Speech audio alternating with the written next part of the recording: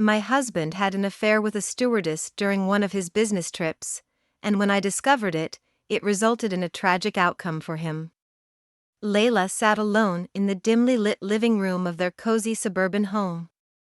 The soft glow of the lamp illuminated her tear-streaked face as she held a crumpled piece of paper in her trembling hands. The contents of the letter she had found just hours ago still echoed in her mind. Gabriel, her husband of 12 years, had left for a week-long business trip that morning. She had always trusted him implicitly, never doubting his loyalty or commitment to their marriage. But something had felt off lately, a subtle shift in their connection that she couldn't quite put her finger on. It was a lazy Saturday afternoon when Layla decided to clean out Gabriel's study. She had always admired his dedication to his work, but lately, he had been spending more time locked in there than usual. As she sifted through stacks of paperwork and files, a small, folded piece of paper had fallen from the drawer. Unfolding it with trembling hands, Layla's heart sank as she read the words scrawled in her husband's handwriting. It was a love letter addressed to someone named Rachel, and it spoke of secret rendezvous, passionate moments, and a love that burned brightly despite the darkness of their situation. Her mind reeled as she read and reread the letter, unable to comprehend the depth of Gabriel's betrayal. Tears welled up in her eyes, threatening to spill over. Layla was overcome with a mix of emotions, shock, anger, and an overwhelming sense of betrayal. Unable to contain her anguish any longer, Layla rushed to her bedroom, clutching the letter tightly. She locked the door behind her and collapsed onto the bed, her sobs echoing in the room. It felt like the walls of their once happy home were closing in on her. As the minutes turned into hours, Layla replayed their life together in her mind. She remembered the day they had met in college, their whirlwind romance, and the joy of their wedding day. Gabriel had always been her rock, her confidant, and her love. They had built a life together, with dreams of a future filled with love, laughter, and children. But now, all those dreams lay shattered at her feet, like fragments of glass from a broken mirror. Layla knew she couldn't let this betrayal go unanswered. She had to confront Gabriel about the letter, and she had to do it in person, face to face. The decision weighed heavily on her heart. The man she loved, the man she had shared her life with, had deceived her in the worst possible way. Layla knew that confronting him would be painful, but it was a pain she needed to endure. She couldn't let Gabriel's betrayal define her. She needed answers, closure, and ultimately, a path forward. As the sun dipped below the horizon, Layla wiped away her tears, steeled herself for the difficult conversation ahead, and began to plan her own journey of discovery, one that would lead her to confront her husband during his business trip and ask for a divorce. The days following Layla's discovery of the love letter were a blur of conflicting emotions and sleepless nights. She had spent hours considering her options and how she would confront Gabriel during his business trip. She couldn't bear the thought of waiting for his return to address the painful truth. Finally, the day of his flight arrived. Gabriel had left early in the morning, and Layla had pretended to be supportive of his trip, her acting skills honed to perfection. She waved him off with a forced smile, her heart heavy with the knowledge of the impending confrontation. As the hours ticked by, Layla meticulously planned her own journey. She knew she had to board the same flight as Gabriel to confront him incognito. It was the only way to ensure that he couldn't escape the conversation she so desperately needed to have. With a carefully chosen disguise and a fake identity, Layla made her way to the airport. She had dyed her hair a shade darker, changed her clothing style, and even adopted a pair of prescription glasses to alter her appearance. She had assumed the identity of Emily Reed, a fictional businesswoman on the same flight as Gabriel. Standing in line at the check-in counter, Layla felt a strange mix of determination and fear. She couldn't predict how Gabriel would react to her sudden appearance on his trip, but she was prepared for the worst. She clutched the fake business itinerary she had created for Emily Reed and handed it to the airline agent. With her disguise in place, Layla made her way through security, her heart pounding in her chest. The airport terminal buzzed with the usual activity, travelers rushing to catch their flights, announcements over the intercom, and the aroma of coffee from the nearby cafe. But for Layla, everything seemed surreal, as though she was living in a different world, one she had never imagined she'd be a part of. Boarding time came, and Layla joined the line to enter the aircraft. She held her breath as she approached the gate, praying that she wouldn't be recognized. Her disguise seemed to be holding up, and she was relieved to see no signs of recognition from the airline staff. Once inside the plane, Layla found her seat, which was a few rows behind where Gabriel was sitting. She had strategically chosen a position that would allow her to observe him discreetly throughout the flight. As passengers continued to board, Layla felt a mix of anticipation and anxiety. The aircraft's engines roared to life, and the plane began to taxi down the runway. Layla's heart raced as she realized there was no turning back now. She was on the same flight as her husband, and their confrontation was imminent. She couldn't help but wonder how Gabriel would react when he saw her, and how this journey would change the course of their lives forever. As the plane ascended into the sky, Layla watched Gabriel intently from her seat a few rows behind. He was engrossed in a magazine, seemingly unaware of her presence on the same flight. Layla's heart fluttered with a mix of nervousness and determination. The minutes stretched into what felt like hours, and Layla couldn't wait any longer. She took a deep breath, summoned all her courage, and unbuckled her seatbelt. With each step toward Gabriel, her resolve solidified. She had rehearsed the words she needed to say 1,000 times in her mind. Approaching his row, Layla gently tapped him on the shoulder. Gabriel turned, and his eyes widened in disbelief as he took in the sight of the woman standing before him, a woman he thought was miles away. "Layla?" Gabriel stammered, his voice a mixture of surprise and guilt. Layla nodded, her eyes locked onto his. "We need to talk," she said softly, her tone laced with a combination of sadness and anger. Without waiting for a response, she slid into the empty seat beside him. The flight attendant, a young woman with a friendly smile, approached and asked if she needed anything. Layla politely declined, her focus squarely on the man who had shattered her world. Gabriel shifted uncomfortably in his seat, his gaze darting around nervously. He knew there was no escaping this conversation now. He had been caught in the act, and Layla's presence on the same flight left him with no room to maneuver. Layla began to speak, her voice steady but filled with emotion. She recounted the painful discovery of the love letter, the sleepless nights that had followed, and the emotional turmoil she had endured. Her words hung heavy in the air, and Gabriel listened in silence, unable to meet her eyes. With each passing moment, Layla's anger gave way to sadness. She had loved this man for over a decade, and the revelation of his infidelity had shattered the foundation of trust that had once defined their marriage. As she spoke, tears welled up in her eyes, but she refused to let them fall. Finally, Layla reached the point she had been building towards since the moment she decided to board the same flight as Gabriel. Her voice trembled as she uttered the words that would change the course of their lives forever. "Gabriel, I can't continue like this. I want a divorce." The gravity of her words hung in the air like a heavy fog.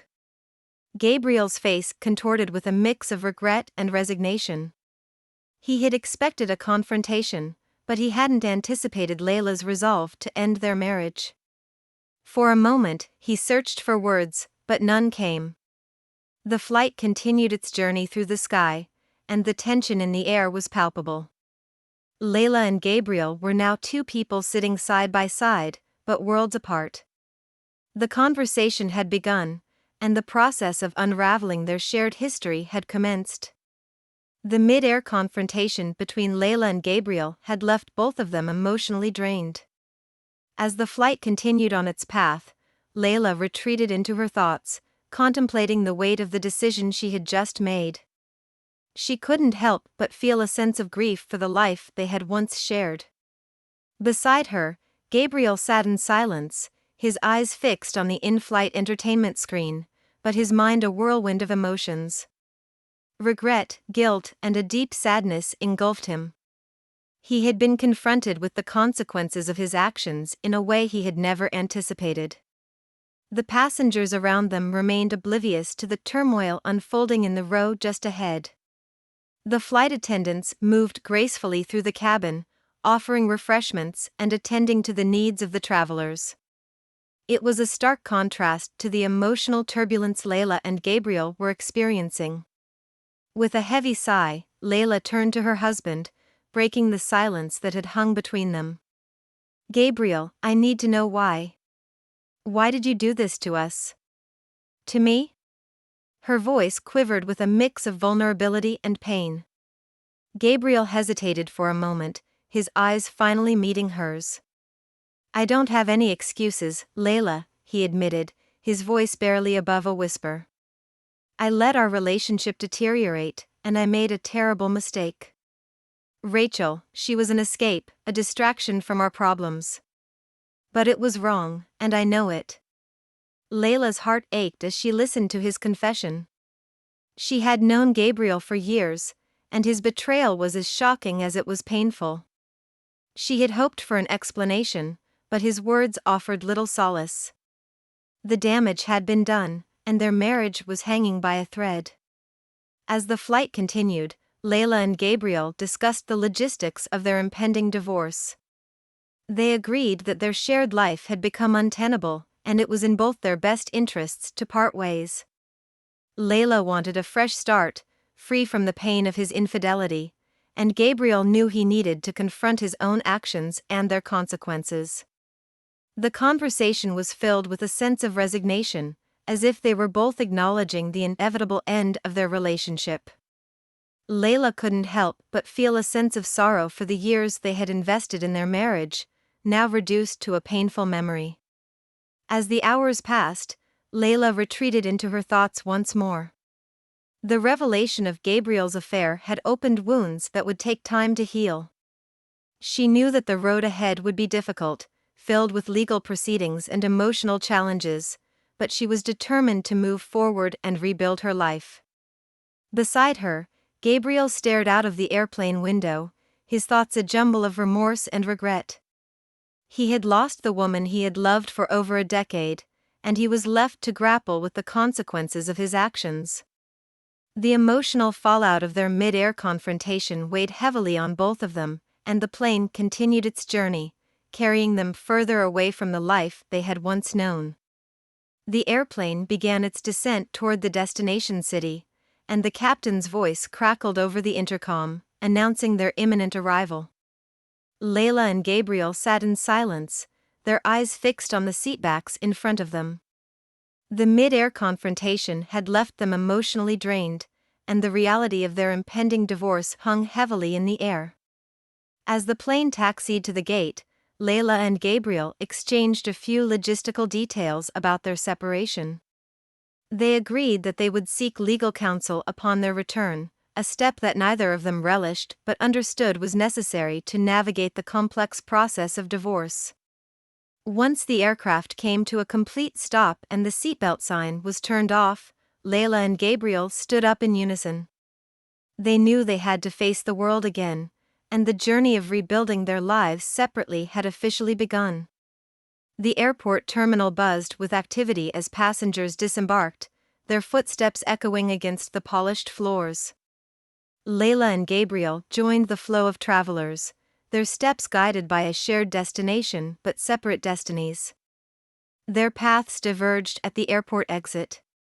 Gabriel, with his carry-on luggage in tow, turned to Layla and spoke softly, "I'm sorry, Layla." It was a heartfelt apology, but Layla could see the weight of his own pain in his eyes. Layla nodded, her emotions still raw, and replied, "I hope you find the happiness you were searching for, Gabriel." With that, she turned away and made her way toward the taxi stand, leaving her soon-to-be ex-husband behind. Over the coming weeks, Layla and Gabriel embarked on the challenging journey of divorce.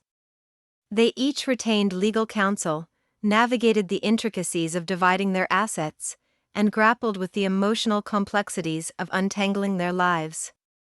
The legal battle was emotionally exhausting, but it was a necessary step toward closure and a fresh start. During this time, Layla found solace in her support network of friends and family. Their unwavering encouragement and love provided a lifeline as she navigated the turbulence of her emotions and the demands of the divorce proceedings. She also began attending therapy to help process her feelings and heal from the trauma of her failed marriage. Gabriel, too, sought therapy to confront his actions and understand the root causes of his infidelity. He was determined to grow from the experience and make amends with himself and those he had hurt. Months passed, and the legal battle neared its conclusion. Layla and Gabriel finally signed the divorce papers, their signatures marking the end of a chapter they had once believed would be a lifelong journey together. As the ink dried on the documents, Layla couldn't help but feel a mix of sadness and relief. The pain of her husband's betrayal still lingered, but she knew she had made the right decision for her own well-being. The divorce had been a painful journey, but it was also the beginning of her path toward healing and rediscovering herself.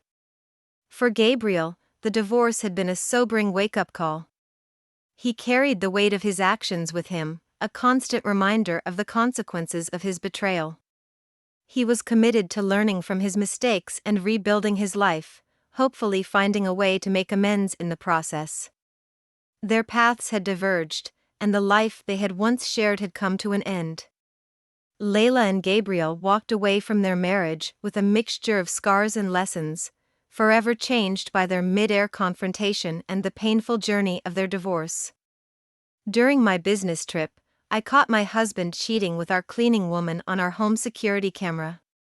I took control of our finances and promptly filed for divorce.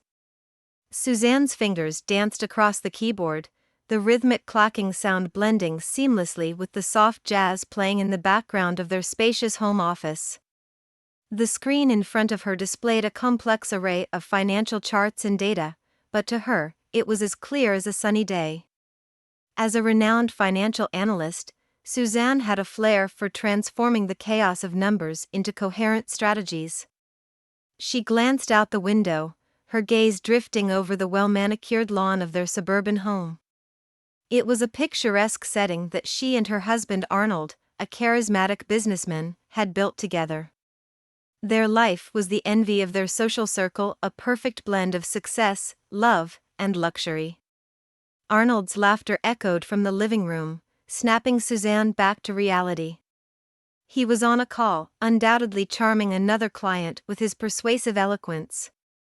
She smiled to herself, pride swelling in her chest. They were a team in business and in life.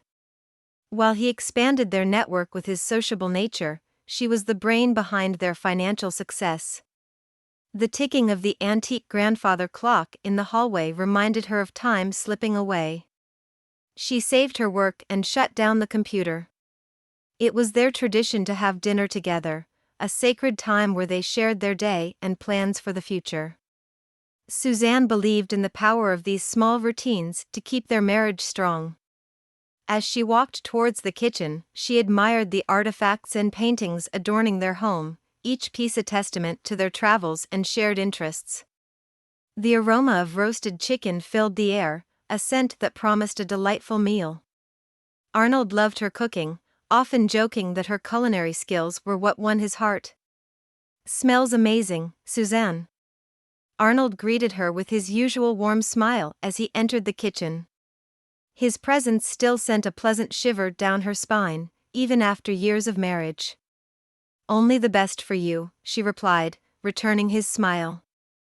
They moved around the kitchen in a well-practiced dance, adding finishing touches to their meal. The conversation flowed effortlessly, covering everything from Arnold's business deals to Suzanne's latest investment ideas. Dinner was a lively affair, filled with laughter and shared dreams. They talked about a potential vacation to the Amalfi Coast and the new art exhibit opening downtown. Arnold listened intently as Suzanne explained her latest financial strategy, his admiration for her intellect evident in his eyes. As they cleared the table, Arnold wrapped his arms around her, whispering, "I don't know what I'd do without you, Suzanne. You're my rock." She nestled into his embrace, feeling a sense of contentment. This was their life, built on mutual respect, love, and ambition. They were a power couple, unbreakable in their unity. Later that night, Suzanne lay in bed, Arnold's steady breathing a comforting rhythm in the quiet room. Her mind replayed the day's events, a smile lingering on her lips. She felt lucky to have a partner who supported and loved her unconditionally. But little did she know, the world as she knew it was about to unravel. The perfect life they had so meticulously built was on the brink of being shattered by a revelation that would test the very foundations of their marriage. As the moonlight streamed through the window, casting a serene glow over the room, Suzanne drifted into sleep, unaware of the storm that was brewing. The morning sun filtered through the sheer curtains, casting a warm glow across the room. Suzanne, always an early riser, slipped out of bed quietly, careful not to disturb Arnold. She had a busy day ahead, packed with meetings and financial analyses. As she prepared for the day, her mind was already racing through the agenda, planning and strategizing. Downstairs, the house was silent except for the soft hum of the refrigerator and the occasional chirp from the garden birds. Suzanne loved these moments of solitude, they gave her space to think and prepare. With a steaming cup of coffee in hand, she settled at the kitchen table, flipping open her laptop to review her schedule. Her routine was interrupted by a notification on her phone. It was a reminder to check the footage from the new home security cameras they had installed. Arnold had been skeptical about the need for such extensive security, but Suzanne insisted, citing their frequent travels and the value of their home. Reluctantly, he had agreed. She logged into the security app, skimming through the footage from the past week. Everything seemed normal until she paused on a clip from 3 days ago. The timestamp showed it was recorded while she was on her last business trip. Her breath hitched as she watched the scene unfold. There was Arnold, laughing and talking with their cleaning woman, Maria. Suzanne's brow furrowed, their interaction seemed unusually familiar. She leaned closer to the screen, her heart pounding. The laughter turned into an embrace, not a friendly one, but intimate, passionate. Suzanne felt a cold shock wave crash through her. The mug of coffee slipped from her hands, shattering on the floor, the sound echoing through the silent kitchen. Her world, once so stable and perfect, was crumbling around her. The man she loved, the man she had built a life with, was betraying her in their own home. She sat there, amidst the shards of broken ceramic, trying to process the whirlwind of emotions engulfing her. Anger, betrayal, hurt, each emotion hit her like a tidal wave. But amidst the chaos, a calm, calculating part of her mind began to take over. She wouldn't let this break her. She would not confront Arnold, not yet. She needed a plan, a strategy to secure her future before the inevitable confrontation. For the rest of the day, Suzanne moved through her tasks mechanically, her mind elsewhere. Arnold, oblivious to the storm inside her, was his usual affectionate self. She responded with practiced smiles and nods, hiding her turmoil behind a mask of normalcy. That night, as Arnold slept beside her, Suzanne lay awake, staring at the ceiling. The image of him with Maria played over and over in her mind. The betrayal stung, but it also ignited a fire within her. She was not just a betrayed wife, she was Suzanne, a master of finance, a woman who had faced and overcome numerous challenges in her career. As the first light of dawn crept into the room, Suzanne made a decision. She would use her skills and knowledge to ensure that when she walked away from this marriage, she would do so on her terms, financially secure and independent. The perfect life she had known was over, but she was ready to write a new chapter, one where she was the author of her own destiny. The morning sun rose, casting a golden hue over the spacious kitchen where Suzanne sat, her laptop open in front of her. She had always been the early bird, and today, more than ever, she needed this quiet time. With a steaming cup of tea by her side, she delved into the complex web of their finances. Today's task was different. It wasn't about growth or investment. It was about reclamation and control. Arnold, still asleep, was unaware of the silent war that had begun. The revelation of his affair had changed everything for Suzanne. She was no longer the supportive wife, managing their assets for their joint future. Now, she was a strategist in a game of financial chess, and she was determined to win. Her first move was to secure her individual assets. She transferred her personal investments into a new account, one that Arnold had no access to. She had always believed in transparency in their finances, but now, secrecy was her ally. As she clicked the confirmation button, a sense of empowerment washed over her. This was just the beginning. Next, Suzanne turned her attention to their joint accounts. Over the years, she had played a significant role in growing their wealth, and she knew every detail of their financial landscape. She began to restructure their portfolios, selling off certain assets and acquiring new ones under her sole control. Her moves were subtle yet effective, ensuring that Arnold wouldn't notice until it was too late. As she worked, her mind was a whirlwind of emotions. Each transaction was a step away from the life she thought she had. Yet, in this betrayal, she found a strength she didn't know she possessed. She was not just rearranging their finances, she was reclaiming her independence. The clock ticked away, and soon, Arnold would wake up. Suzanne closed her laptop, her morning's work complete. She had set the wheels in motion, but this was a marathon, not a sprint. She needed to be patient, calculated, and above all, composed. The rest of the day passed in a blur. Arnold was his usual self, affectionate and charming, completely oblivious to Suzanne's inner turmoil. She played her part well, responding with smiles and nods, all the while knowing that each passing day brought her closer to her goal. That evening, as they sat down for dinner, Arnold talked excitedly about a new business opportunity. Suzanne listened, offering the right responses at the right times. But her mind was elsewhere. She was already planning her next moves, thinking 2 steps ahead. Later, in the solitude of their bedroom, Suzanne reflected on the day. She felt a twinge of sadness for the life they could have had, the dreams they had shared. But that life was based on a lie, a betrayal that could not be undone. As she lay beside the man she had once trusted with all her heart, Suzanne realized that this silent war was not just about finances or revenge. It was about dignity, about not letting Arnold's betrayal define her.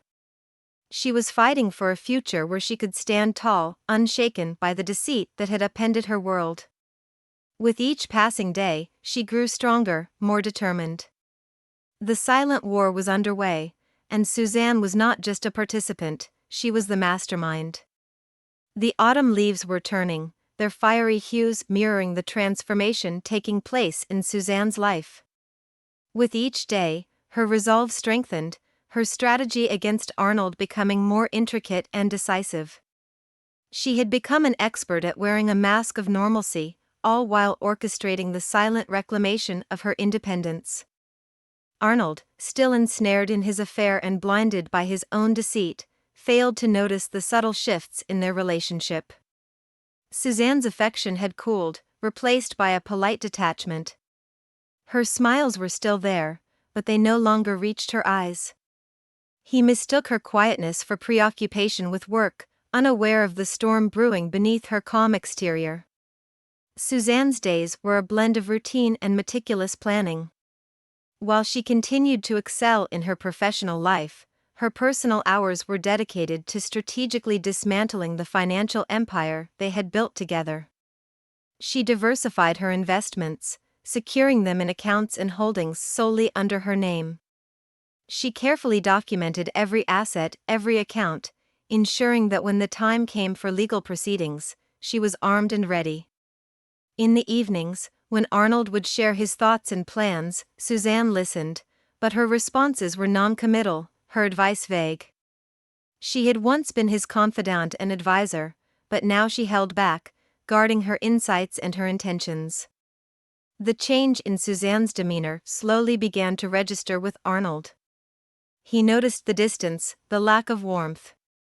Small arguments started to surface, sparked by trivial things, a forgotten errand, a misplaced item. These spats were new to their relationship, a relationship that had once been seamless and harmonious. One evening, as they sat across from each other at dinner, the tension was palpable. Arnold, frustrated by Suzanne's aloofness, attempted to bridge the gap with light conversation. But his efforts were met with polite, yet disinterested responses. The air was thick with unspoken words and unaddressed emotions.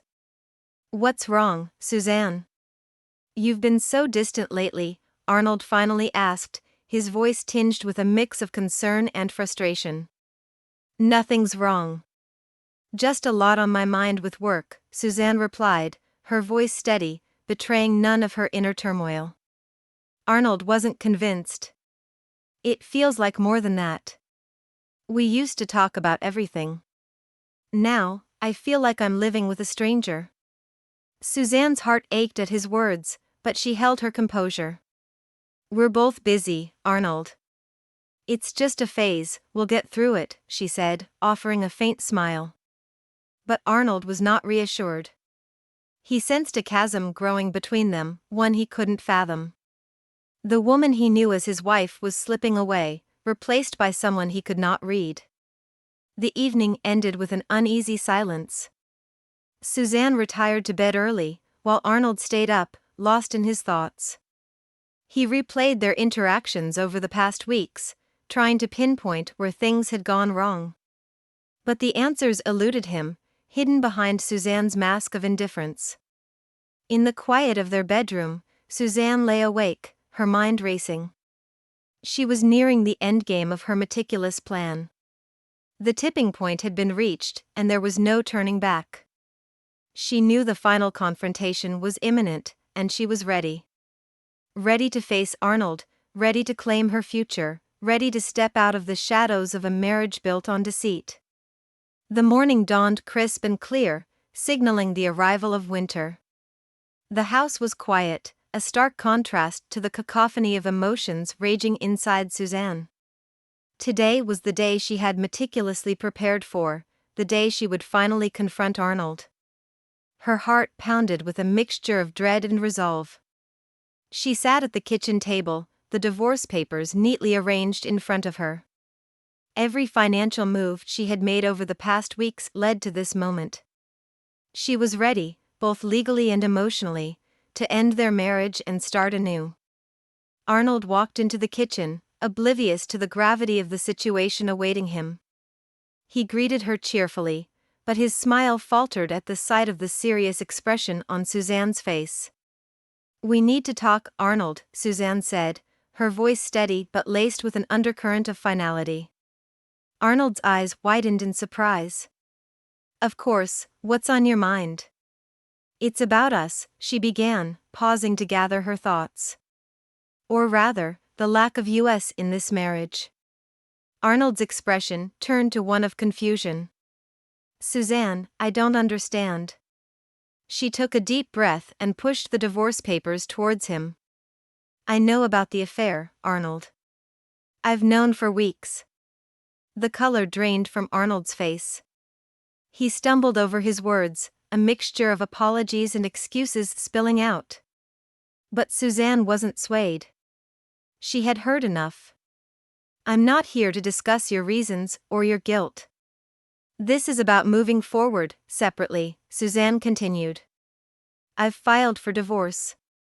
You'll find that I've been generous, considering the circumstances."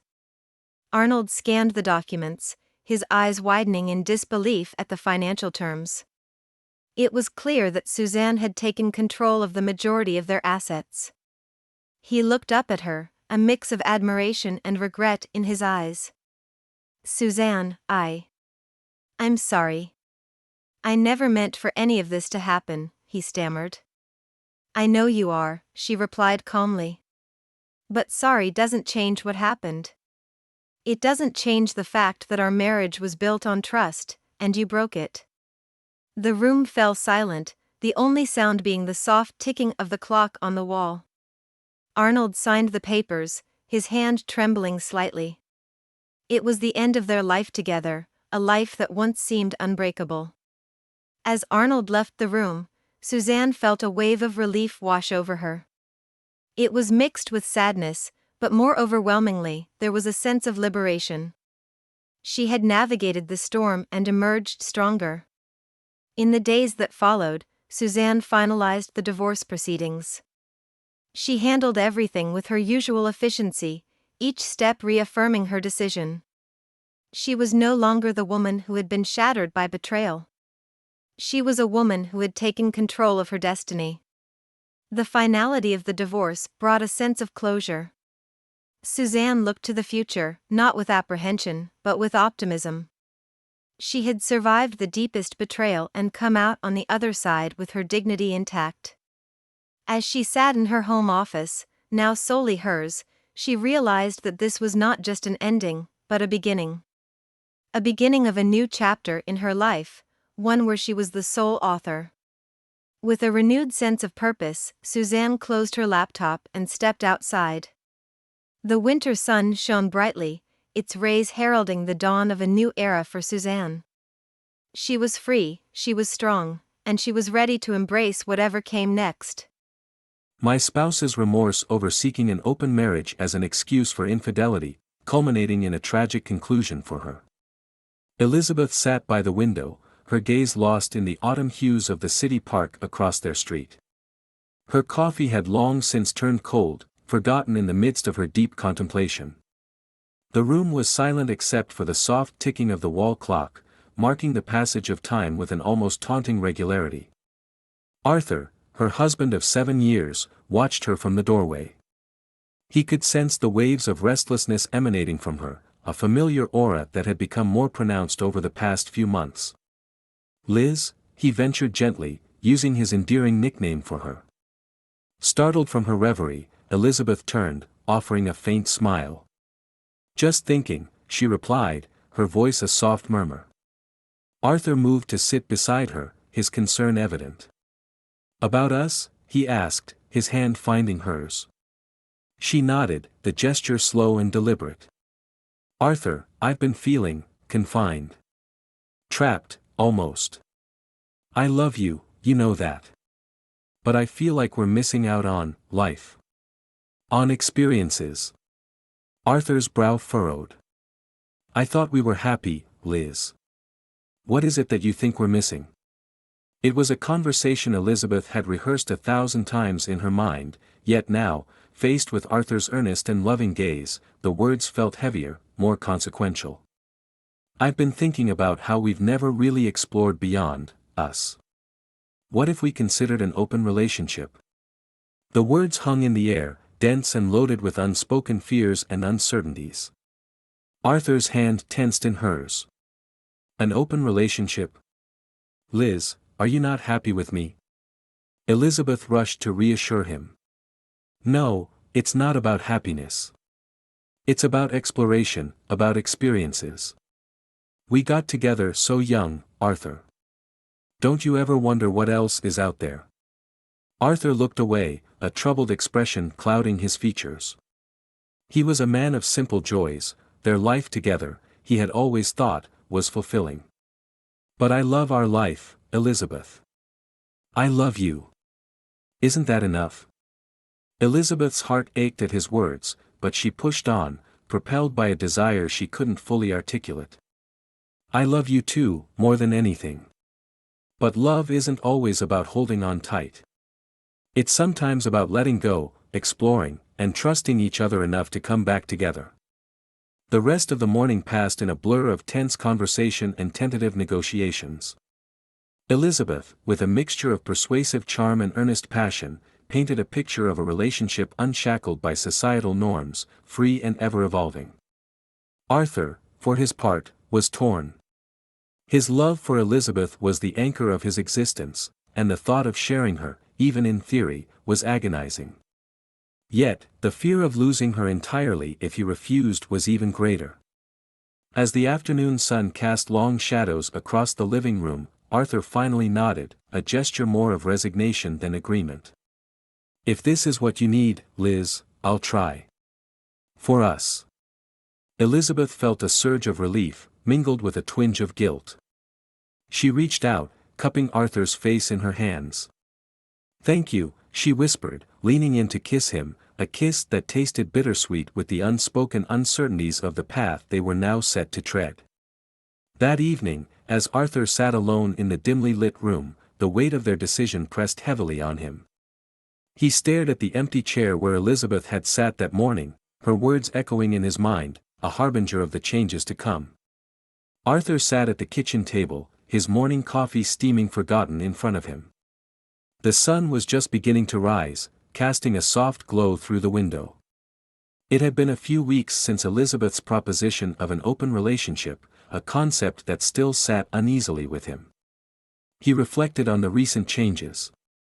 Elizabeth seemed more vibrant, more alive than he had seen her in years. She went out more, often returning late with a sparkle in her eyes that was both intriguing and unsettling to Arthur. He tried to feel happy for her newfound sense of freedom, but a gnawing sense of loss kept him awake at night. In an attempt to embrace this new arrangement, Arthur had tentatively started meeting new people. There was Clara, a colleague from work who had shown interest in him. She was kind and easy to talk to, and for brief moments, he could almost forget the complexity of his situation. But every time he returned home to Elizabeth, the reality of their agreement hit him anew. One evening, as Arthur prepared dinner, Elizabeth breezed into the kitchen.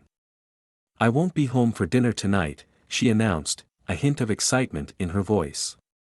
"I'm meeting someone." Arthur nodded, trying to mask the tightness in his chest. "Have fun," he managed, his voice steady. As the door closed behind her, he sat down at the table, suddenly devoid of appetite. The silence of the house enveloped him, a stark reminder of the loneliness that had begun to creep into his heart. Over the next few weeks, Arthur threw himself into his work and his budding friendship with Clara. He found solace in their conversations, in the normalcy of their interactions. Clara, unaware of the complexities of his marital situation, provided a comforting escape from the turbulence at home. Then, one evening, as he and Clara laughed over a shared joke at a local cafe, a realization dawned on him. He was enjoying himself, genuinely and without reservation. The laughter, the conversation, the connection he felt with Clara, it was all real. For the first time in weeks, he felt a sense of peace. Back home, Elizabeth's adventures had started to lose their initial sheen. She began to notice the subtle changes in Arthur. He seemed more confident, more at ease with himself. The dull ache of envy started to form in her chest as she watched him on the phone with Clara, smiling genuinely. One night, as they lay in bed, Elizabeth turned to Arthur. "How are things going with Clara?" she asked, trying to sound casual. Arthur looked at her, a softness in his eyes. "Good, actually. She's wonderful." Elizabeth felt a pang in her heart. She had wanted freedom, but she hadn't anticipated this, Arthur finding happiness elsewhere. The roles had reversed, and she found herself on the unfamiliar ground. As she watched Arthur drift into a peaceful sleep, Elizabeth lay awake, her thoughts swirling. She had wanted to explore, to experience more of life, but at what cost? The distance between them, once an exciting prospect, now felt like an unbridgeable chasm. The next morning, Elizabeth watched Arthur leave for work, his farewell kiss lingering a moment longer than usual. As she stood in the quiet of their home, a sense of foreboding settled over her. She had set these events in motion, but now, as she watched Arthur find his own path, she couldn't shake the feeling that she had made a grave mistake. Elizabeth sat alone in the dim light of the living room, her mind a whirlwind of conflicting emotions. The initial thrill of her newfound freedom had started to fade, leaving behind a trail of complications and unanticipated consequences. She reflected on her recent encounters, realizing they lacked the depth and comfort of her relationship with Arthur. Meanwhile, Arthur's life was taking a different turn. His relationship with Clara had deepened, evolving into something more meaningful than he had anticipated. He found in her a kindred spirit, someone who listened to his dreams and fears without judgment. Their connection was a stark contrast to the growing distance he felt with Elizabeth. At work, Elizabeth began to notice the whispers and sideways glances from her colleagues. Rumors about her personal life had started to spread, tainting her professional reputation. She felt exposed and vulnerable, a far cry from the empowered woman she had envisioned herself to be in this new phase of her life. One evening, as Elizabeth returned home from another unfulfilling encounter, she found Arthur and Clara laughing together in the kitchen. They were preparing dinner, their ease and intimacy with each other unmistakable. Elizabeth felt like an outsider in her own home, a sensation that left her heart aching. She retreated to her room, feeling a mix of jealousy and regret. The realization that Arthur was moving on, possibly even finding love, was more painful than she had ever imagined.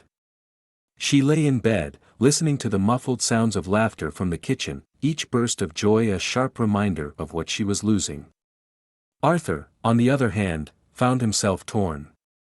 His feelings for Clara had grown stronger, yet he couldn't shake off his commitment to Elizabeth. He knew he had to make a choice, but the thought of hurting either woman filled him with dread. The next day at work, Elizabeth faced a humiliating moment when her boss called her into his office. He expressed concern about the rumors circulating and how they were affecting her performance and the company's image. Elizabeth left the meeting feeling professionally compromised and personally embarrassed. That night, Arthur and Elizabeth sat in silence over dinner. The air was thick with unspoken words and suppressed emotions. Arthur finally broke the silence. "Liz, we need to talk about us," he said, his voice heavy with emotion. Elizabeth looked up, her eyes brimming with tears. "I know," she whispered. They talked late into the night, both expressing their fears, frustrations, and desires.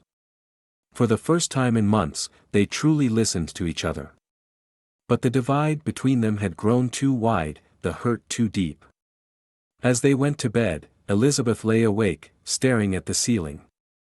She realized her quest for freedom and adventure had cost her the most important thing in her life, her relationship with Arthur. She had underestimated the strength of their bond and overestimated her own desires. The next morning, Elizabeth woke up to find Arthur's side of the bed empty. A note on the pillow caught her eye. It was from Arthur, explaining his decision to spend some time away to clear his head. Sitting alone in the quiet room, Elizabeth felt the full weight of her choices. She had set out to find herself but ended up losing the one person who had always been her anchor. The realization was a bitter pill to swallow, and she knew that the path ahead would be one of introspection and healing. The morning sun filtered through the curtains, casting a warm glow over the room. Elizabeth sat at the edge of the bed, Arthur's note still clutched in her hand. The emptiness of the house echoed the hollow feeling in her chest. Arthur's decision to leave, even temporarily, was a wake-up call. She had never imagined their open relationship experiment would lead them here. Meanwhile, Arthur found solace in Clara's company. She provided a haven from the storm that his life had become. With Clara, he discovered a sense of peace and understanding that he hadn't felt in a long time. Their relationship, which had started as a reluctant step into the world of open relationships, was now a source of strength for Arthur. Back at work, Elizabeth struggled to maintain her professional facade. The rumors had escalated, and she could feel the judgmental stares of her colleagues. Her performance suffered, leading to a critical project being taken away from her. The professional fallout of her personal life choices was becoming painfully evident. One evening, Elizabeth decided to confront the situation head-on. She went out with the intention of rekindling the excitement she had initially sought in the open relationship. However, the night turned sour when she ran into some colleagues at a bar. Their thinly veiled judgment and pitying looks were more than she could bear. She left the bar feeling more alone than ever. The following days were a blur for Elizabeth. She oscillated between trying to salvage her professional reputation and dealing with the loneliness at home. The absence of Arthur's presence was a constant reminder of the cost of her actions. As Arthur spent more time with Clara, he began to envision a future with her. Clara's understanding and acceptance were a stark contrast to the complex and strained relationship he had with Elizabeth. The thought of starting anew, though painful, seemed increasingly appealing. The climax of Elizabeth's downward spiral came one fateful evening. After a particularly challenging day at work, she returned home to find a letter from Arthur. He had written about his feelings for Clara and his desire to explore a life with her. He expressed his love for Elizabeth but also his need to find happiness. The letter was a physical manifestation of all her fears. The realization that she had pushed Arthur away, that he had found happiness with someone else, was devastating. Elizabeth spent the night going through old photos and memories, each one a reminder of the life they had built together. In the days that followed, Elizabeth tried to reach out to Arthur, but he was distant. His heart was already elsewhere, and the gap between them seemed insurmountable. Elizabeth knew she had to let him go, but the thought of it was unbearable. As Elizabeth grappled with her new reality, she received another blow. She was demoted at work due to her declining performance and the negative attention she had brought to the company. Her professional life, much like her personal life, had crumbled. The chapter ends with Elizabeth sitting in her now half-empty home, surrounded by the remnants of her life with Arthur. The silence was deafening. She realized that in her quest for something more, she had lost everything that truly mattered. The pain of her choices was a lesson learned too late, and she was left to rebuild her life from the ruins of her decisions. The early morning light crept through the curtains, casting a soft glow over the room now stripped of its familiarity. Elizabeth sat at the kitchen table, a lone figure amidst the silence of the house that once echoed with laughter and love. The past weeks had been a testament to her unraveling, both personal and professional. The finality of Arthur's departure hung heavy in the air. Arthur had moved out completely, leaving behind only memories that clung to the walls like shadows. His final goodbye had been gentle yet resolute, a closure to their shared past. He was building a new life with Clara, one that Elizabeth knew she had no part in. In the solitude of the house, Elizabeth grappled with the magnitude of her losses.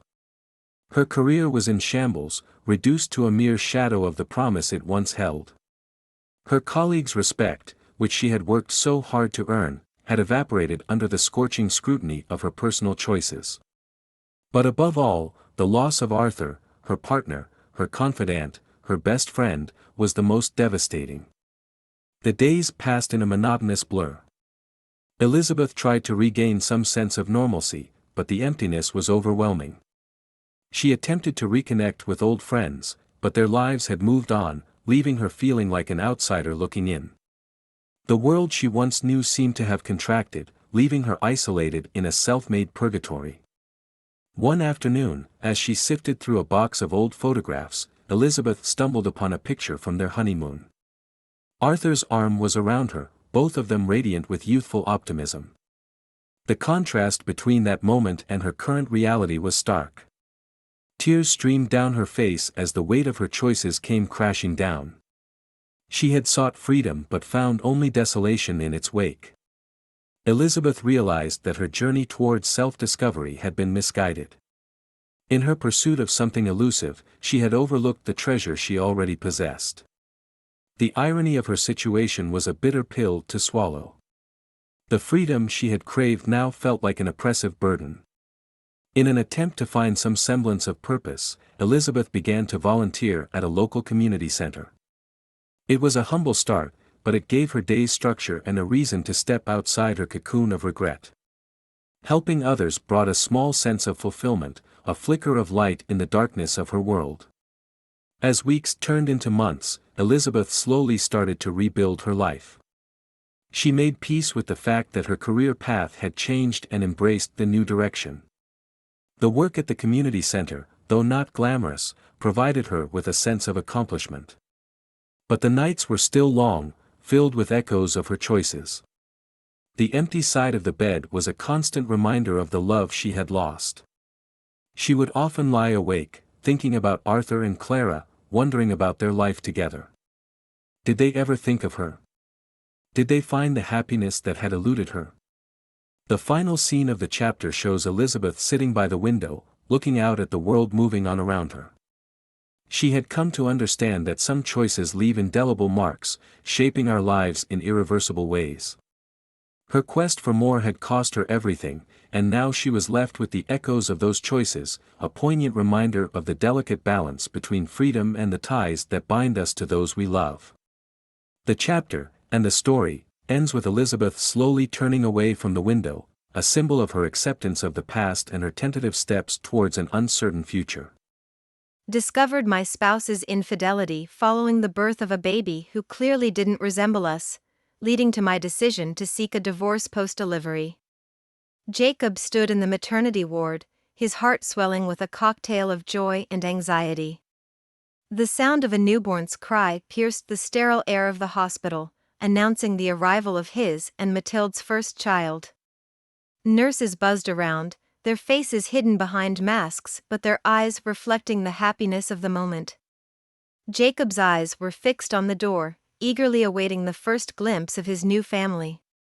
The door finally swung open, and there she was, Mathilde, looking exhausted but radiant, cradling a tiny bundle in her arms. Jacob's heart skipped a beat as he moved closer, his emotions a whirlwind of excitement and nervous anticipation. He peered down at the tiny face peeking out from the swaddle. But as he looked closer, his heart sank. The baby, with olive skin and curly dark hair, bore no resemblance to either Jacob, with his fair complexion and straight light brown hair, or Mathilde, with her blonde hair and blue eyes. Confusion clouded his mind, followed swiftly by a sinking feeling in his gut. "She's beautiful," Jacob murmured, his voice a mix of wonder and concealed worry. Mathilde's smile didn't quite reach her eyes as she noticed Jacob's hesitation. "Yes, she is," she replied softly, avoiding his gaze. The room, filled with the soft beeping of machines and the muffled sounds of the hospital, felt increasingly suffocating to Jacob. His mind raced with questions he dared not ask. Could it be a genetic anomaly? A throwback gene from generations past? The rational part of his brain tried to make sense of it all, but a nagging doubt crept in, festering with every passing second. As the nurse gently took the baby to conduct routine checks, Jacob found himself alone with Mathilde. He searched her face for answers, for any sign of the truth he feared. "Mathilde, is there something I should know?" he asked, his voice barely above a whisper. Mathilde's eyes flickered with a mixture of emotions, fear, guilt, perhaps regret. "Jacob, she began, but her voice trailed off, choked by unspoken words. Jacob felt a surge of frustration. The joy of fatherhood he had imagined was now tainted with betrayal's bitter taste. He had dreamed of this moment, of holding his child, of starting a family with the woman he loved. But now, those dreams seemed like distant fantasies, shattered by the harsh light of reality. "I need to know, Mathilde. Is she mine?" The question hung in the air, heavy with implications. Mathilde turned her face away, her silence more telling than any words could be. Jacob felt a chasm opening between them, a gap that might never be bridged.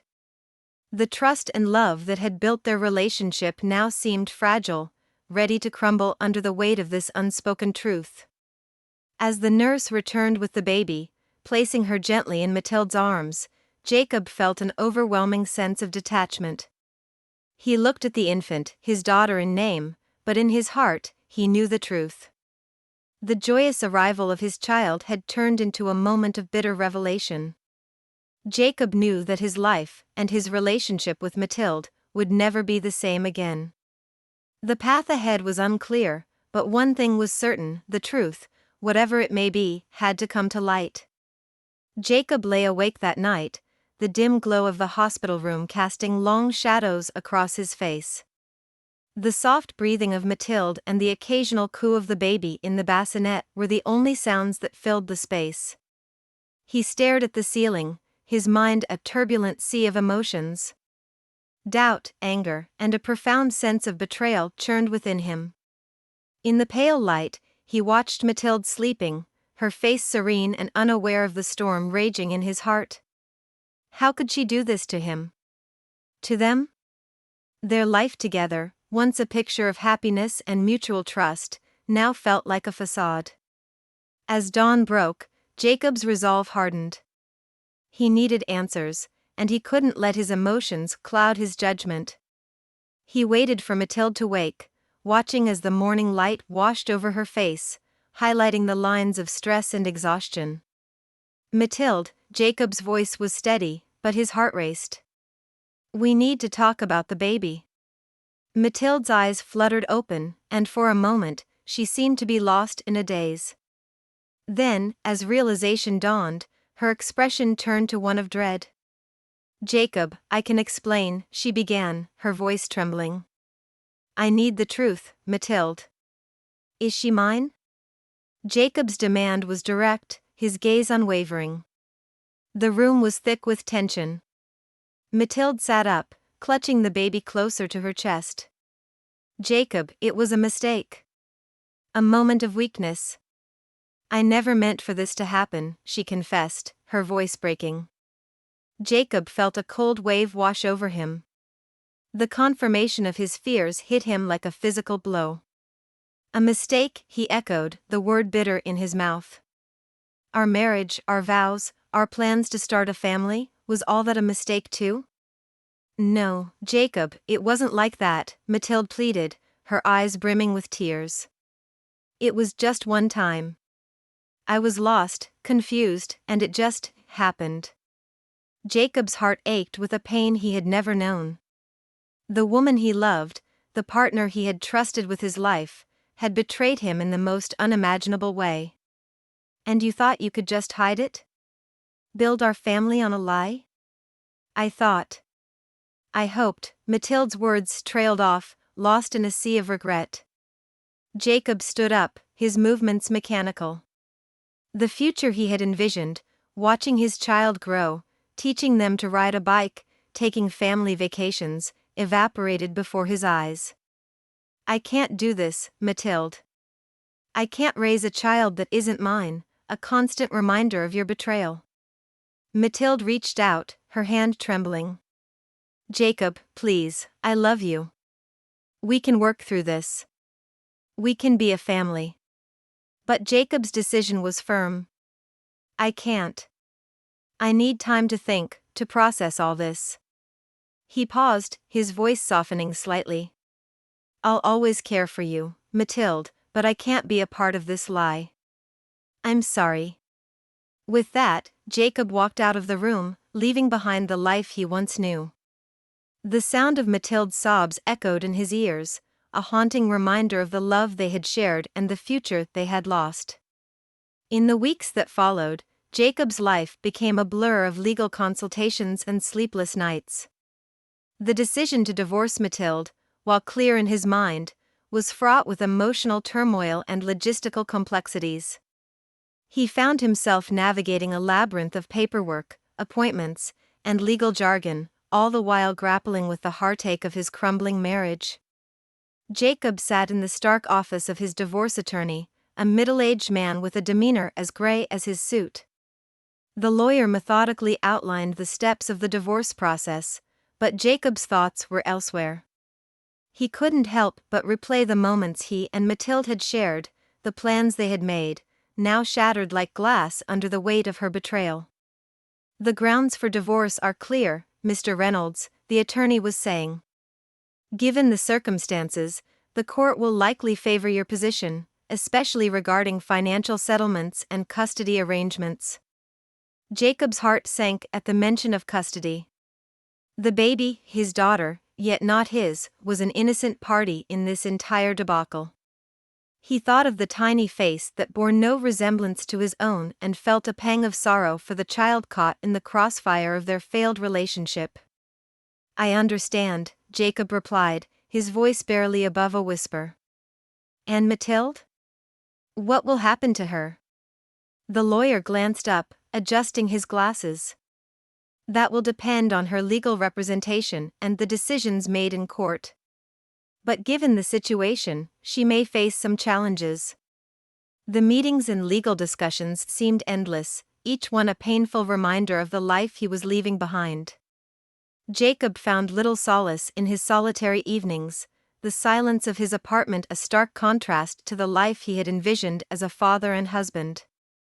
In a bid for distraction, Jacob threw himself into his work, but the mundanity of daily tasks couldn't fill the void Mathilde's betrayal had left. He would often find himself staring blankly at his computer screen, lost in thoughts of what could have been. One evening, as he sifted through old photographs, a wave of memories flooded over him. There were pictures of him and Mathilde on their wedding day, radiant and full of hope. Images of their travels together, smiling in front of exotic backdrops. Each photo was a painful reminder of the happiness that had once seemed unbreakable. Amidst the turmoil, Jacob began to question everything. Had there been signs he had missed? Were there moments of neglect on his part that had driven Mathilde away? He pondered these questions late into the night, searching for answers in the darkness. As the divorce proceedings progressed, Jacob felt a growing sense of emptiness. He realized that this legal dissolution of their marriage was more than just the end of their relationship, it was the loss of a shared future, of dreams built together. Despite the pain, Jacob knew that moving forward was the only option. He had to rebuild his life, piece by broken piece. The path ahead was uncertain and daunting, but he understood that closure and healing were necessary. The journey to find peace and perhaps, in time, forgiveness, was just beginning. As the divorce proceedings dragged on, Jacob found himself engulfed in a sea of mixed emotions. It wasn't just the present turmoil that troubled him, it was also the uncovering of a past he never knew existed. During one of the mediation sessions, a slip of the tongue by Mathilde's attorney revealed a side of her life that Jacob had been oblivious to. Curiosity, mixed with a sense of betrayal, led Jacob to delve deeper. He started piecing together the fragments of Mathilde's past, seeking out old friends and acquaintances who might shed light on the life she had before they met. One chilly autumn evening, Jacob found himself sitting across from an old friend of Mathilde's, a woman named Clara, in a quiet cafe. Clara, hesitant at first, began to open up as the evening wore on. She painted a picture of a different Mathilde, one who was impulsive, adventurous, and at times, reckless with her heart. Jacob listened, his coffee growing cold, as Clara recounted tales of Mathilde's past relationships and struggles. There was a story of a passionate but tumultuous relationship with an artist, a whirlwind romance with a musician, each tale a piece of the puzzle that was Mathilde. "It's like she was always searching for something, you know? A kind of love or excitement that she couldn't quite grasp," Clara said, a hint of sadness in her eyes. Jacob felt a mixture of sadness and frustration. He had known Mathilde as steady and reliable, the woman he had decided to build a life with. These stories painted a picture of someone altogether different, someone he realized he never truly knew. As he drove home that night, Jacob's mind was a whirlwind of thoughts. He remembered their early days, the way Mathilde would sometimes go quiet, lost in a world of her own. He had always assumed it was just her way, not a sign of something deeper, something hidden. In the days that followed, Jacob continued his unintentional investigation into Mathilde's past.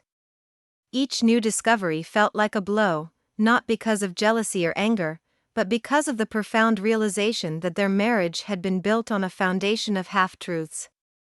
Amidst this turmoil, Jacob found himself facing a complex emotional landscape. He grappled with feelings of pity for Mathilde, who had clearly been battling her own demons. But alongside this pity was a growing sense of liberation. Understanding the truth about Mathilde's past somehow made it easier for Jacob to accept the end of their marriage. He began to see their relationship in a new light.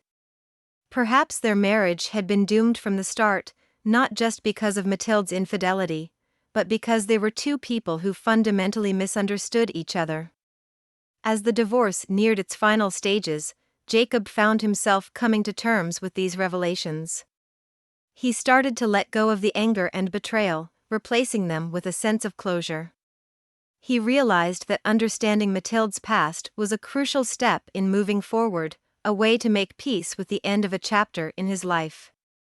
This newfound understanding did not erase the pain or the sense of loss, but it provided Jacob with a clearer path to healing. He was ready to close this chapter and begin anew, armed with the lessons of the past and a hopeful gaze towards the future. The final papers of the divorce arrived on a cold, clear morning. As Jacob sat at his kitchen table, the document in his hands felt both heavy and liberating. Signing his name at the bottom, he felt the finality of the act, a definitive end to a chapter in his life that had brought both immense joy and profound sorrow. In the weeks that followed, Jacob slowly began to rebuild his life. The apartment that once echoed with the laughter and conversations he shared with Mathilde now resonated with a quiet solitude. He found solace in small routines, in the peaceful moments of early morning coffees and evening walks. However, it wasn't just the solitude that occupied his thoughts. Jacob often found himself reflecting on his relationship with Mathilde, turning over the memories and conversations in his mind. He realized that their marriage, though flawed, had taught him invaluable lessons about love, trust, and the complexities of human relationships. One day, Jacob decided to visit the park they used to go to, a place filled with memories of their early days together. As he walked among the autumn leaves, he thought about the journey he had been on since the day he learned the truth about the baby. He had grappled with anger, betrayal, and heartache, but he had also discovered resilience and a capacity for forgiveness he hadn't known he possessed. It was in these moments of reflection that Jacob found a sense of peace. He had come to terms with the fact that while the marriage had ended, the experiences and lessons it brought were integral parts of his life. He understood that forgiveness was not about condoning Mathilde's actions but about freeing himself from the chains of bitterness and resentment. Jacob also contemplated the baby, the innocent life caught in the midst of their failed marriage. He hoped that Mathilde would find happiness and provide a loving home for her child. Despite everything, he wished them both well, a sentiment that marked his own growth and healing. As the days turned into weeks, Jacob found new ways to engage with the world around him. He reconnected with old friends, took up hobbies he had long neglected, and even began to explore the possibility of dating again. Life, once shadowed by the pain of his divorce, was brightening once again. One evening, as he sat in a cafe, a book in hand, Jacob realized how far he had come. The betrayal that had once consumed his thoughts was now a distant memory, a scar that had healed over time.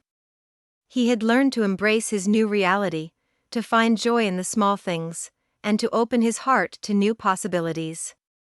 As he looked out of the cafe window, watching the hustle and bustle of the city, Jacob felt a renewed sense of optimism.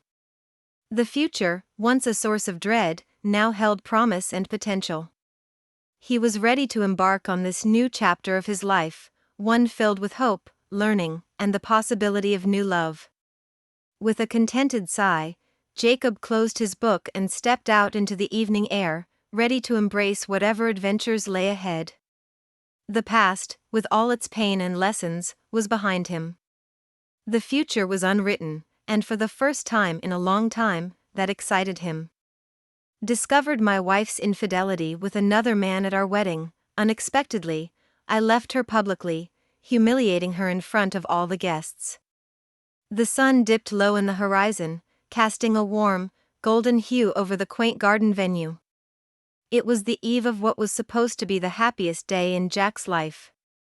The final rehearsals had just concluded, and the laughter of friends and family filled the air.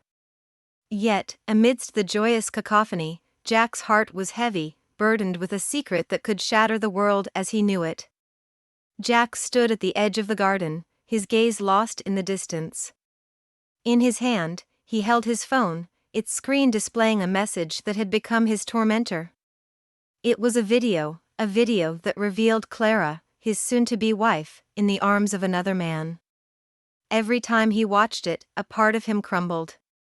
He had stumbled upon it accidentally, a cruel twist of fate revealing the betrayal just a week before their wedding. The sound of footsteps approached, and Jack quickly pocketed his phone. It was his best man, Tom, coming to check on him. "You okay, man?" Tom asked, his brow furrowed with concern. "You've been off since this afternoon." Jack forced a smile. "Just pre-wedding jitters, you know?" Tom nodded, though his eyes still held a trace of worry. "It's going to be perfect, Jack. Clara's a great woman, and you two are meant for each other." Jack's smile faltered at the mention of Clara's name. If only Tom knew the truth. As the evening wore on, Jack found himself going through the motions.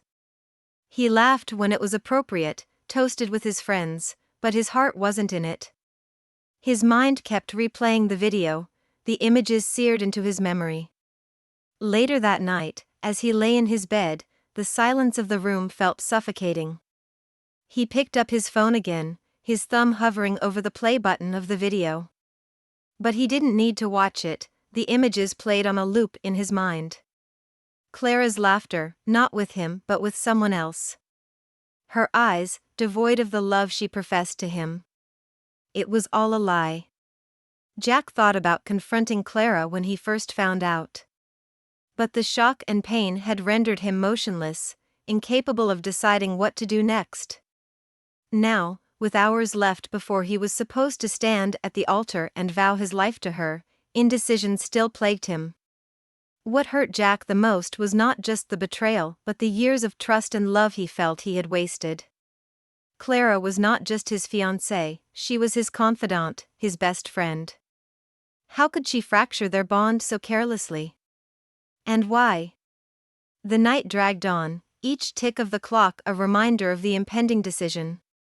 To expose Clara's infidelity in front of their loved ones would be a public spectacle, a scandal that would humiliate her.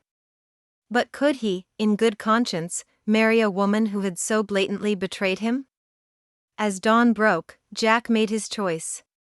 He wouldn't go through with the charade of a happy wedding. Today, he would reveal the truth, come what may. It was not the day he had envisioned, but it was the day that needed to happen. For his own sake, for the sake of honesty, the truth had to come out. Jack rose from his bed, a man determined. Today would mark the end of one chapter of his life and the painful beginning of another. The morning of the wedding arrived with a gentle breeze and a sky painted in pastel hues. The garden, adorned with flowers and ribbons, was a vision of beauty and celebration. Guests began to arrive, their faces alight with joy and anticipation. Everyone, it seemed, was blissfully unaware of the storm brewing in Jack's heart. Jack stood in a small room adjacent to the garden, his reflection staring back at him from a full-length mirror. He looked every bit the handsome groom in his tailored suit, but his eyes betrayed a storm of emotions. Tom, ever the attentive best man, was fixing Jack's tie, trying to lighten the mood with small talk. "Remember when you first met Clara?" Tom chuckled. "You were so smitten, you couldn't stop talking about her for weeks." Jack's heart ached at the memory. He had met Clara at a mutual friend's party for years ago. Her laughter had been infectious, her smile captivating. They had clicked instantly, and what followed was a whirlwind romance filled with love and promises. But now, those memories were tainted, overshadowed by the harsh reality of Clara's betrayal. The video that had surfaced, showing Clara in a compromising position with someone Jack barely knew, had shattered everything he believed about their relationship. Clara had always been the more outgoing one, her social butterfly nature contrasting with Jack's more reserved demeanor. In retrospect, there were signs, moments when Clara's attention seemed elsewhere, her excuses for late nights increasingly flimsy. But Jack, trusting and in love, had brushed away his doubts, attributing them to his own insecurities. As the guests settled in their seats and the ceremony was about to begin, Jack's mind was a battleground. Part of him yearned to run away, to spare himself the impending humiliation. But another part, the part fueled by hurt and betrayal, demanded justice. The music started, signaling the beginning of the ceremony. Jack's heart pounded in his chest as he walked out to take his place at the altar. The garden was a blur, the faces of the guests indistinct. His focus was singular, the path that Clara would soon walk down, towards him, towards their shared facade of a happy future. Tom gave him an encouraging pat on the back before taking his place. Jack took a deep breath, steadying himself. He could see Clara now, beginning her walk down the aisle, radiant in her wedding dress. Their eyes met, and for a moment, Jack saw the woman he had fallen in love with. But the illusion was fleeting, quickly replaced by the painful truth. As Clara reached the altar, the celebrant began the ceremony. The words were familiar, yet they felt hollow. Jack's gaze shifted to the guests, their faces a mixture of happiness and expectation. They were here to witness a union, unaware that they were about to witness a revelation that would shatter the day's joy. Finally, the moment came for the vows. Clara looked at Jack with love and anticipation. Jack felt a pang of sorrow for what was about to unfold, but he knew there was no turning back. With a steady voice, Jack began, "Before I say my vows, there's something I need to share." He took out his phone, his fingers trembling slightly as he found the video. The garden was enveloped in a tense silence, every eye on Jack. "This," Jack said, his voice echoing through the space, "is the truth about the woman I was about to marry." As he pressed play, the whispers in the aisle grew to a collective gasp, the beginning of a dramatic unraveling that would change their lives forever. The air in the garden became electric, charged with a mixture of anticipation and disbelief. As the video played, a hush fell over the crowd. The footage was undeniable, showing Clara in a passionate embrace with another man. Murmurs rippled through the guests as the reality of what they were witnessing sank in. Clara stood frozen, her face pale, her eyes wide with shock. She stared at the screen, then at Jack, her expression a mix of horror and guilt. The man she was with in the video was nowhere to be seen among the guests, his identity a mystery to many but a dagger to Jack's heart.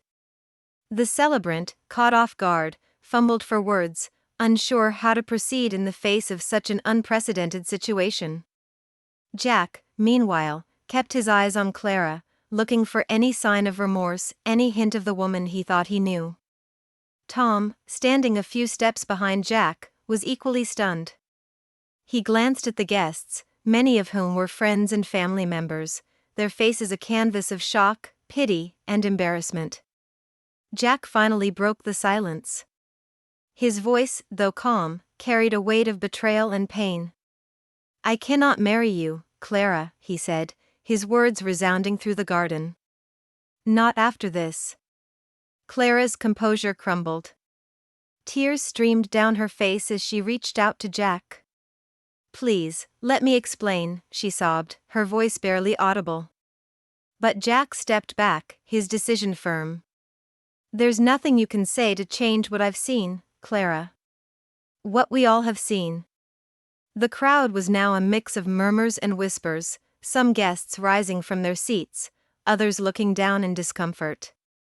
The joyous atmosphere had turned into a scene of a broken fairy tale. Clara's parents, seated in the front row, looked on in disbelief. Her mother's hand covered her mouth, her father's face etched with confusion and anger. They had been fond of Jack, seeing him as a son. Now, they were witnesses to their daughter's disgrace. In the midst of the chaos, a young woman, a friend of Clara's, rushed forward. "Stop this madness," she pleaded with Jack. "This isn't the way to handle things." But Jack was unmoved. He had wrestled with his conscience all night, and his resolve had only hardened. This was not just about him and Clara, it was about honesty and the trust that she had shattered. "I loved you, Clara," Jack said, his voice breaking. "I trusted you with all my heart. But you chose to betray that trust, and I can't overlook that." Clara collapsed to her knees, her sobs filling the silence. "I'm sorry, Jack. I never meant to hurt you," she cried, her words doing little to soothe the wound that had been opened. Jack turned away, unable to bear the sight of her despair. He walked past the guests, past the rows of flowers and decorations that had been set up with so much hope and anticipation. He didn't look back, his mind made up. He had come to the wedding to start a new chapter of his life with Clara. Instead, he was leaving alone, leaving behind a relationship that was built on a lie. As Jack disappeared from view, the garden remained in a state of shock. The wedding, once a symbol of love and commitment, had turned into a tableau of betrayal and heartbreak. In the aftermath of Jack's departure, the garden, once a haven of matrimonial bliss, was now a theater of stunned silence and confusion. Clara remained on the ground, her bridal gown sullied by the grass, her cries muffled by her hands covering her face. The guests, unsure of how to react, exchanged awkward glances, whispering among themselves about the scandal that had just unfolded. Tom, torn between his loyalty to Jack and the chaos at hand, hesitated for a moment before moving towards Clara. He knelt beside her, offering a handkerchief and a gentle pat on the back. "Clara, you need to get up," he said softly, his voice laced with sympathy and discomfort. Clara's parents, now at her side, were a mixture of anger and sorrow. Her mother helped her to her feet, whispering words of comfort, while her father stood, his face hardened, looking in the direction Jack had walked away. "What have you done, Clara?" he muttered, more to himself than to her. The guests began to disperse, some offering Clara sympathetic looks, others avoiding eye contact. The celebrant, a kind-faced older man, approached Clara's parents. "I'm terribly sorry," he said, his usual ceremonial demeanor replaced by one of concern. "If there's anything I can do." Clara's mother shook her head, tears in her eyes. "Thank you, but I think everyone should just go home." Meanwhile, a few of Clara's closest friends gathered around her, trying to shield her from the murmuring crowd. They were equally shocked, having known Clara as the loving, devoted partner to Jack. The revelation was as much a blow to them as it was to the rest of the guests. As the garden emptied, Clara sat on a nearby bench, her bridesmaids huddled around her. The video, which had played on a loop, was now a distant echo in her mind, each frame a reminder of her indiscretion. "It was a mistake," Clara whispered, her voice barely audible. "A terrible mistake." One of her bridesmaids, a childhood friend named Emily, took her hand. "Clara, why? Why did you do it?" Clara looked up, her eyes red and swollen. "I don't know," she said, her voice breaking. "I was scared, confused. I thought I loved Jack, but then I met him, and everything just got so complicated." The sound of the remaining guests leaving filled the air, the joyous music replaced by a solemn stillness. The decorations, the flowers, the seats that had been filled with guests, all stood as silent witnesses to the downfall of what was meant to be Clara's happiest day. Clara's father, after speaking briefly with the remaining family members, turned to Clara. "We'll talk about this at home," he said, his voice stern. "Right now, we need to get you out of here." The ride home was a blur for Clara. She stared out of the car window, the world outside moving past in a haze. Her mind replayed Jack's words, his pain, his disappointment. She thought of the love they had shared, the plans they had made, and how, in one impulsive moment, she had destroyed it all. As the car pulled into the driveway of her childhood home, Clara realized the magnitude of what she had lost. Not just Jack, but the trust of those she loved, the respect of her friends and family. The veil had fallen, not just from her face, but from the life she had so carefully constructed, revealing a truth she could no longer hide from. Jack walked alone, the echoes of the day's events reverberating in his mind. He had left the garden and the shattered remains of what was to be his wedding day far behind. The streets were quiet, a stark contrast to the chaos he had just escaped. His steps were aimless, each one taking him further away from a future he once envisioned with Clara. As he walked, Jack's mind played over the events of the day. He remembered the look of shock and hurt on Clara's face as he exposed her betrayal. He thought of the guests, their expressions ranging from disbelief to pity. And then there was Tom, caught in the middle, trying to offer support despite his own confusion. Jack's heart ached with a mixture of emotions, betrayal, sadness, but also a sense of relief. He had loved Clara deeply, and the revelation of her infidelity had been a crushing blow. But exposing the truth, as painful as it was, had lifted a burden off his shoulders. He could not have lived a lie, and despite the public nature of the confrontation, he knew he had made the right decision for himself. The sun was setting, casting long shadows on the pavement. Jack found himself at a small park they used to visit together, a place filled with memories of laughter and love. He sat on a familiar bench, looking out at the tranquil scene before him. As he sat, Jack reflected on his relationship with Clara. They had been happy, or so he had thought. Where had it gone wrong? Could he have done anything differently? The questions circled in his mind, but he knew that some things were beyond his control. Clara's actions were her own, and he couldn't blame himself for her choices. The sound of children playing in the distance brought Jack back to the present. He thought about his future, now uncertain and uncharted. The path he had envisioned with Clara was no more, and he was left to forge a new one alone. It was a daunting prospect, but also an opportunity to rediscover himself, to focus on his own needs and aspirations. Jack's phone buzzed in his pocket. He hesitated before pulling it out. It was a message from Tom, checking in on him. "You okay, man? Need to talk?" Jack stared at the screen for a moment before typing a reply. "I'm okay. Just need some time to think." He knew the road ahead would be difficult. The fallout from the wedding would be a topic of gossip and speculation. He would have to face questions, both from others and within himself. But for the first time in a long time, Jack felt a sense of clarity. As the sky darkened, Jack stood up from the bench. He took one last look around the park, a place that once held so much meaning. It was time to leave the past behind and look to the future. With a deep breath, Jack started walking again, this time with a direction in mind. He was not sure what the future held, but he was ready to face it, one step at a time. The journey would be his own, a path of healing, growth, and eventually, hope.